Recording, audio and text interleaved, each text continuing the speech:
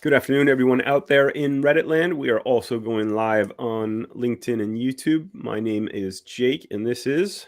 This is Kyle. Good afternoon, everyone, and welcome to another edition of the Founder's Way, episode 13. How you doing, Jake? Doing fantastic, sir. It's good to see you again. And we are looking to tap into all of those subreddits out there, like entrepreneurship and startup, and all kinds of people who love business and co-founding, to see if we can find a good discussion about business. We had a number of questions last week, and some people that were engaged to talk more about these subjects, and we're hoping that you will join us for more of that discourse today. Absolutely. We like the engagement. And I was just telling Kyle earlier this week, I'm actually a pretty heavy Reddit user, and made some comments in a sales subreddit, and had a few young people reach out to me looking for advice on finding jobs. It seems it's that time of year. A lot of people are Mhm. graduating. These people in particular were looking to get experience in sales. And I'm going to connect with one or two of them offline and tell them a little bit about what I know to see if that's helpful to them. But I Oh, wanted to ask you, Kyle, because you're mostly a solopreneur, but over the years, have you hired people and brought them into the business and tried to train them in sales or in past businesses? absolutely. I've hired a lot of people over the years, and you know, my current business, I kind of like it because it's very low on employees. But I've had three businesses where I've had to hire people, and I found that hiring for attitude is everything. Yeah. Yeah, people can be trained on stuff, but it's hard to change an attitude. That's for sure. And so, for those of you with a good attitude out there, keep it up. You know, and for those of you who got a lot of head trash, you might want to unload that. What are your thoughts on hiring and training people for sales? Have you done that, or have you done it more for like operational positions or service positions? I've done more stuff with operational and service positions. I have what I found with sales is there's a personality type that either you have it or you don't. Um, and for sales more than anything else, I think hiring on attitude is everything. You know, So, being but there's some basic things, and you probably know this. Got to be organized, right? Got to have good bedside manner and goal oriented because sales is all about making and measuring revenue goals. Um, and other than that, I think that that's one of the best where you can hire and train. I do hear it a lot where there's people that think, there's hiring and training employees, and then there's hiring and training sales. And I do come across a number of people who just think sales is just about finding the right person. Like you said, that you either have it or you don't. But I kind of came, but it's untested, right? Like I've never hired a full team of salespeople and trained them up. But my thoughts were that you can train people on sales. You can teach them skills, and there may be a certain benchmark where just some people are just not cut out for it. But I feel like if You you work hard and you're organized and you're respectful to people, that at the very least, a broken clock should be right, kind of twice a day. know? Yeah, From that's a one sales way of putting it. from a sales perspective. I would be concerned if I was only right twice a day. With sales, I think you're right. That there is a traditional mindset that says, "Hey, if you got the right attitude, you can do anything." I don't believe that necessarily. I think that it's attitudinal more than other types of positions, because it's so human focused. Yeah. But there is a process to sales, and that needs to be taught, and that can be trained. Understanding the sales funnel, you know, getting people into the top of the pipeline, lead generation, qualification, education, closing, knowing all the basics, being able to measure your close rates and then be able to track that towards revenue goals. I mean, there's block and tackle stuff about sales that people really do need to, be trained on. And being organized, I think, is step one, and being able to understand all that stuff because there's a lot going on when you're dealing with a high lead flow. Got to be able to juggle a lot of balls. So I agree with what you were saying earlier, right? Like you have to find the right attitude, and particularly in sales, not only do they have to have a good attitude, but they have to want to do it. I think there's a lot of people that end up in sales by accident. They don't really want to be there, and they just feel a lot of pain. And Yeah. if someone's there is interested in the product and they're interested to make money, and they're hungry, then I think that is kind of half the battle in that organization and process, and giving people the tools they need to be able to execute in an orderly fashion is a big part of it. You mentioned something there I wanted to dig in on, the pain that people were feeling when they're in sales when they shouldn't be. What does that look like to you? Well, I see the comments on. I mean, I think I started out that way. I got into sales by accident and went through a very painful process of learning it. I powered through it just by, being very determined and persistent. But I was not cut out for sales for many years, until I really figured things out with a bit of time. But I think, I think a lot of the experience I see is again on Reddit and Reddit sales. You see people post on a regular basis that either say like, sometimes people post and say how great they're doing. Sometimes Yeah. people post and say, I used to love this, but now I'm burning out. What do I do? But there's a number of people that post and just say, like, I'm trying to figure out if sales isn't for me or if it's the company I'm with. Mm, And that's a tough question to answer, right? I mean, you could actually have an early sales experience and just get really unlucky with a bunch of bad leads or a bad system or bad guidance and not know. yeah. Yeah. I think, culture matters. I never really considered myself a salesperson per se. What the big lesson that I learned as I transitioned into that role over time was that running a business is kind of like being in charge of sales, except you have a negative base every month. And you need to you need to get that revenue up to cover the base, which is opposite from what a salesperson is used to. And I've seen that subreddit. The sales guys, a lot of them are crowing about how well they're doing in SaaS sales. And but you also see a lot of that, which is they're kind of circling the drain on compensation packages and all this and that. I interpret it to mean that folks who are just naturally good at sales and maybe interested in that sub are really focused on what their personal goals for making money are, right? Yeah. And but there's more to it than that, obviously. If you don't believe in what you're selling, I don't think it's going to fly. I don't completely agree personally with that attitude that sales is like this art and I mean, I do agree to a level that certain people can do it, but I think as a company, there's a lot of things you can do to facilitate sales or better sales. You can train them, you can give them good tools, you can give them a form and a function and organization that makes sense and isn't too difficult. There's nothing worse than a sales organization that is like 10% selling and 90% like some kind of busy work. Yeah, yeah. I think there's a lot of big companies that shoot themselves in the foot that way, right? I think you're right. I credit a lot of my ability to learn about that. I never was formally trained in it naturally, and Um, a lot of what I learned in 2 places. One was in grad school. They actually had a sales class, right? And but it wasn't about like the bedside manner or the way you talk to people. It was actually about all the mechanics of selling, right? And so that was the big light bulb moment. It's like, oh my gosh, there's frameworks for doing this.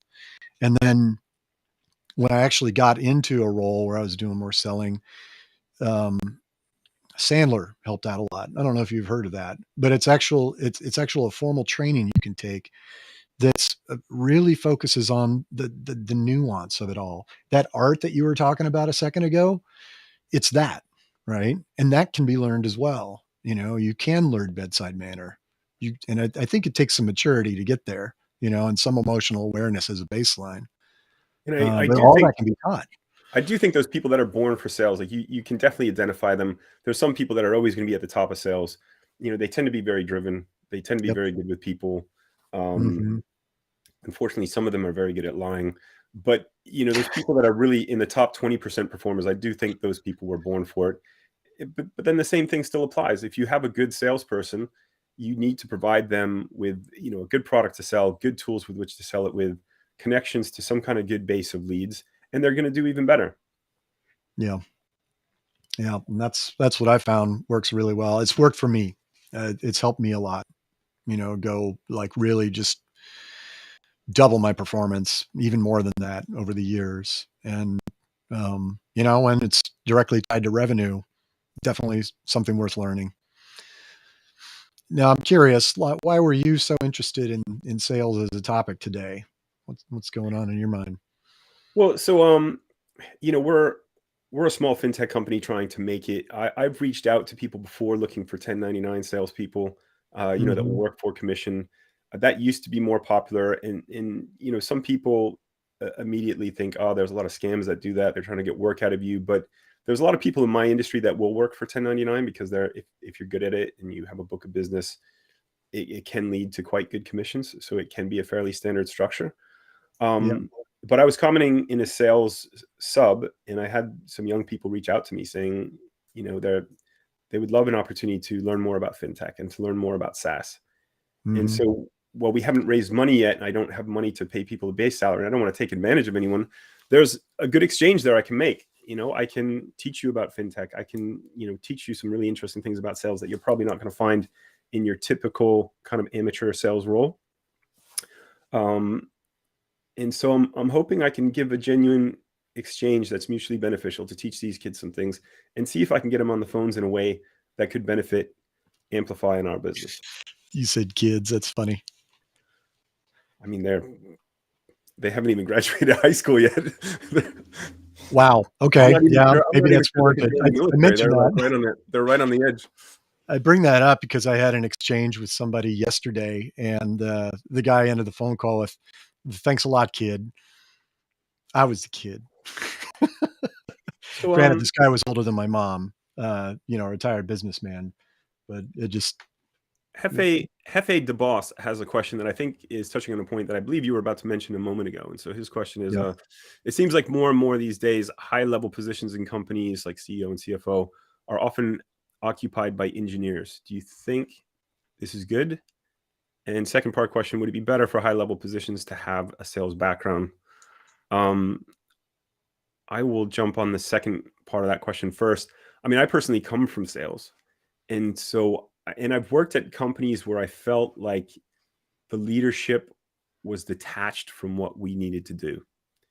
You know, so like sometimes missions or marketing came down from on high that would Mm. pose real problems for us and our customers. Like, you know, it would sometimes pose a genuine problem for a customer, whereas part of your job in selling is saying like, hey, sorry, as part of buying this product or service, you also have to deal with this thing. And then as a salesperson, you're trying to work around some inconvenience in a process or as part of a product offering. And so I do think leadership that has come from some kind of a sales background or at least is attached to customers and their experience are going to be stronger. That's my personal opinion. So I'm on the chat now, and I can see what Hefe de Boss said. Great user call name, by the way. Great username. Yeah. So, my experience on that has not been always by engineers. When I've seen CEOs in the tech space, they often came from a sales background. The three companies that I worked in tech, they were sales CEOs. The CFO, yeah, definitely analytical. The COO, definitely engineering background across the board. The CEO I often see as sales. And it's kind of leads back to what you were saying, Jake, is it was somebody who understood revenue, but was also able to tie that into the operational goal. And I think that the best CEO, the best person who can run an organization are those that can understand both the needs and the motivators of sales and operations and marry those two to a common goal. Not easy to Um, do. I don't personally have a lot of experience with, you know, CEOs that have engineering backgrounds, but I could see how that would be important. And I think engineering degrees are hot at the moment. I mean, look at how sought after schools like MIT and Georgia Tech are. You know, they have a overwhelming volume of people trying to be part of those schools. And I can only imagine with an engineering, because engineering can mean so many things. I think Georgia Tech has a big focus on kind of like almost like food manufacturing processes. And so you can Yeah. imagine if you could build something in that space that you could end up being a CEO or at least going up to leadership. So I can see how engineering can lend to a substantial profile in kind of the modern working world. It can. And I think that, well, I look at my background, it's definitely engineering, you know. I have a STEM degree, undergraduate anyway. But it was a business degree that had a technical component to it. And it was specifically designed to cultivate people who have a technical background to be able to move into a leadership position over time. It's But not as common do you see that though. I would take it a step further. Hefe de Boss's question about CEOs and engineering. As the world moves into its next phase, and we're definitely moving into a new space in the world, right? Like they call it the fourth industrial revolution. Hmm. It's on us, and it's happening all around us. And as you see an increase in automation and technology being used around us, I think those engineering degrees are going to be more important for CEOs in the coming term than they have been previously. Yeah. You know, the fourth industrial revolution, that's a big topic. I don't know how far I want to open that can of worms. Um, and I guess I'll leave it with remains to be seen, right? Because it could go one of two ways. Either you've got, people with engineering degrees are needed at the highest levels to understand what's going on, or like many of the consumer culture has become, it's become tech dependent. We're surrounded by technology, but we don't know how to make it. We just use it all the time. And we become dependent on it. And so And that could also happen at the C level too. this is actually one of my favorite topics, because there's a deluge of technologies coming out, and there's what I thought was a fascinating space. Some year and a half ago, is this developing kind of no code, low code space where you can kind of drag and drop your own products. Yep. But what I found with those is that a lot of them have this really sharp learning curve, meaning only a few people can really get a real benefit. Because even if you're not learning programming, which has even fewer people that can kind of achieve it, you're doing a drag and drop programming. There's still a learning curve to it, and there's still only so many people that have the patience to do it. So you have this kind of divide between technical and non-technical.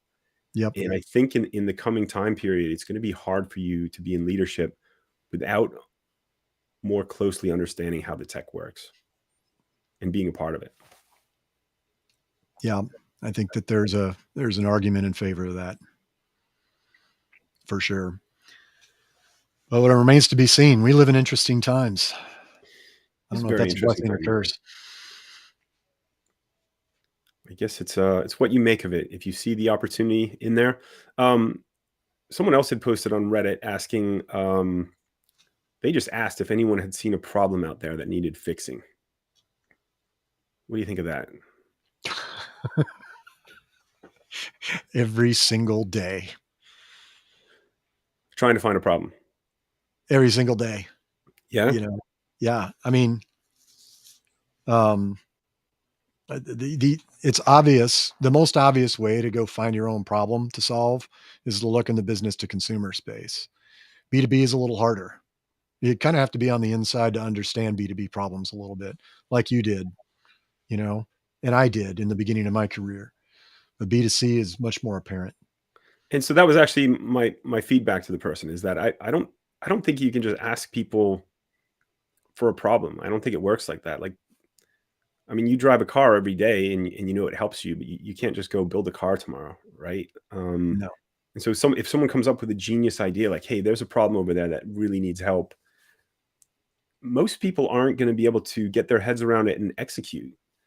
So my Mm, feedback was, like yourself, Kyle, if you're going to solve a problem, you need to first be an expert in some kind of a space. You need to be very good at something to be able to find a solution to that problem. And if you know something deeply, typically that's when you'll start to eyeball a really unique problem that people are having in that space.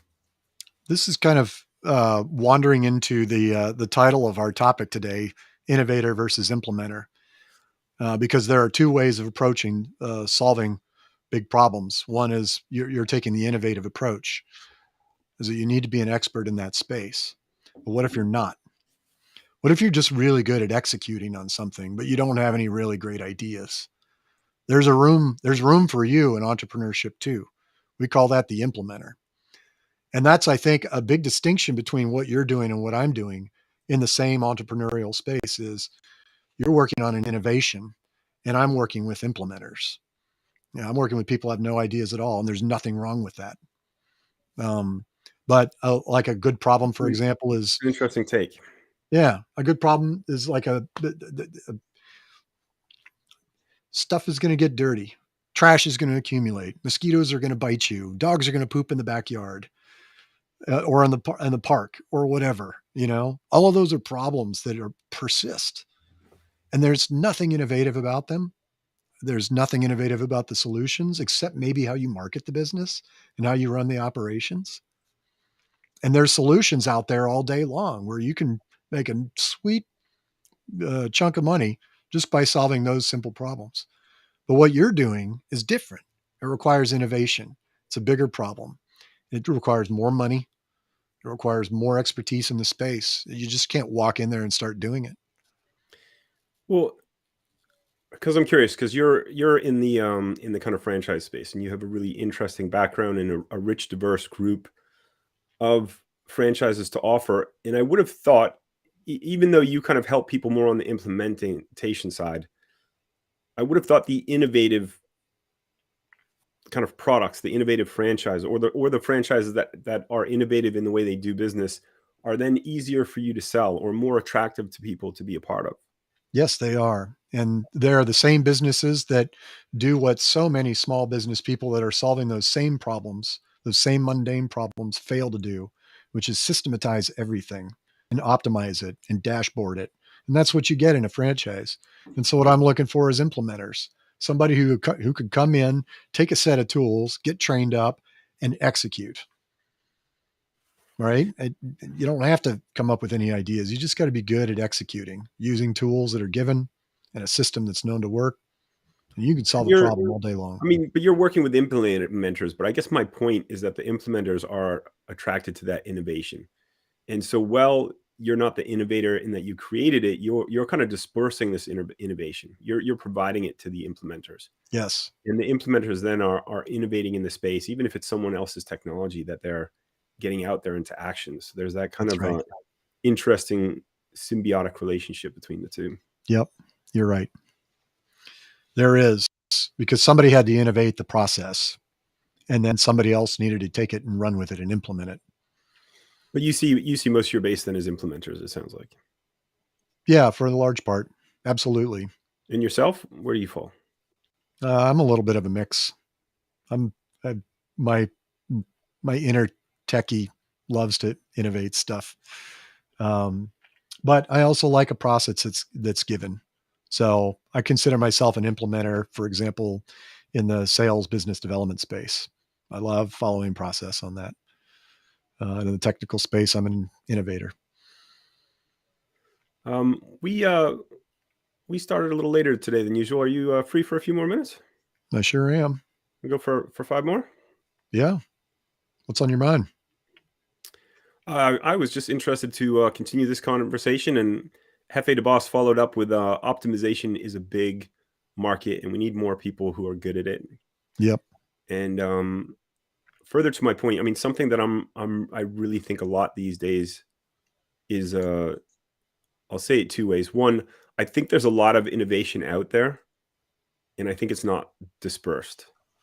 Like the innovation to do incredible things is out there. It's just not everyone has access and understanding it to it. And so I do think there's a divide between people's understanding of the innovation and what's available to them. And so that's a key thing that I'm interested personally to tap into. Personally, I'm really interested around small businesses. And I've mentioned this to Kyle before, but like, construction businesses, they're out all day building, they build our houses, they build our roads, they Yep. employ people. SMEs employ more people than some of the big businesses in the United States because there's so many of them. They're in a, employment to scale. Yep. But a lot of these small businesses don't get the innovation that's available to them. And I think it's going to be harder and harder for them to do business without it.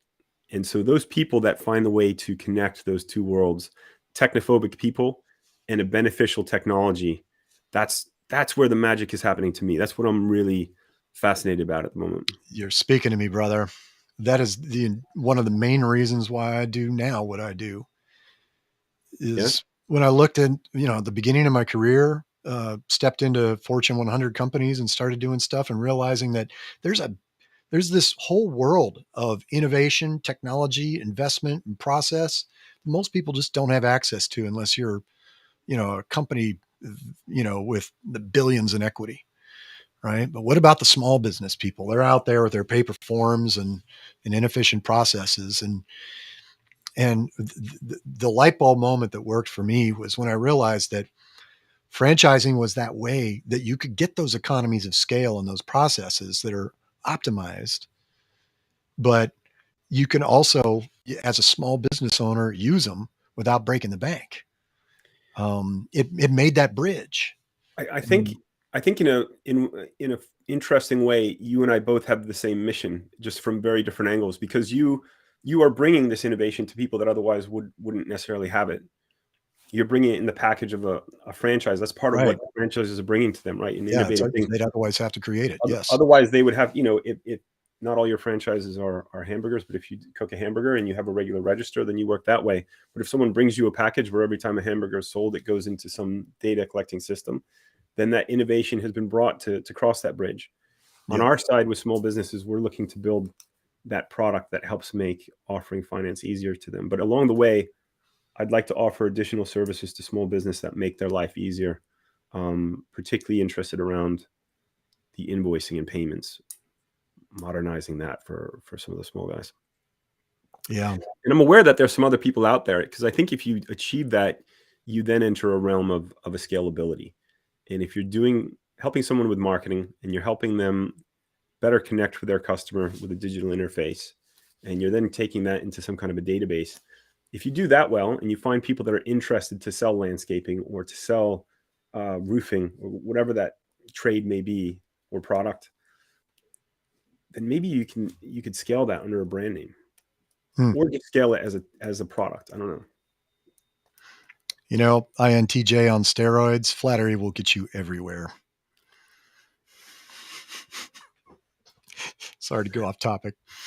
No worries, sir. And so, how was your week? What else is going on with you? Anything new in your world? Getting the band back together. Yeah. Yeah, got closing a lot of deals too. Helping a lot of people out.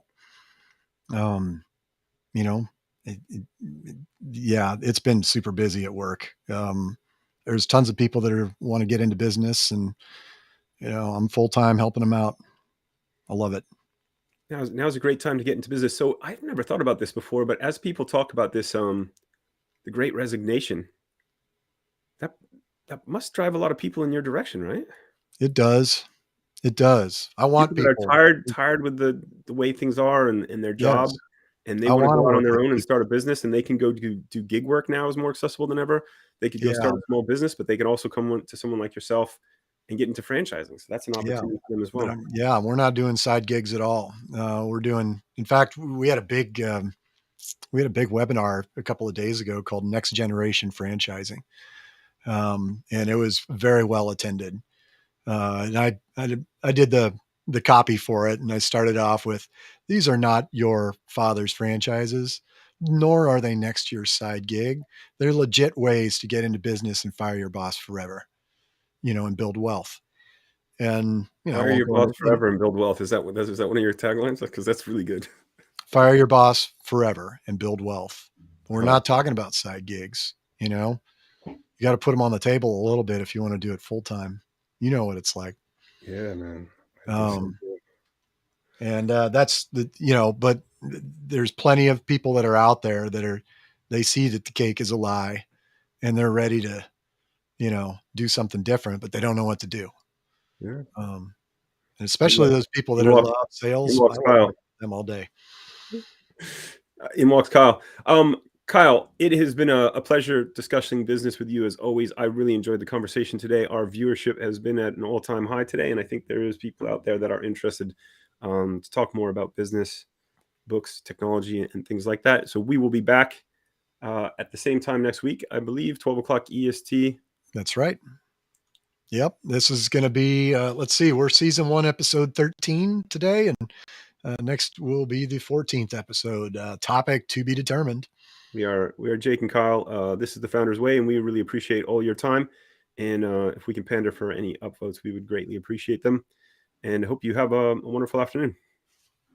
All right. Have a good one.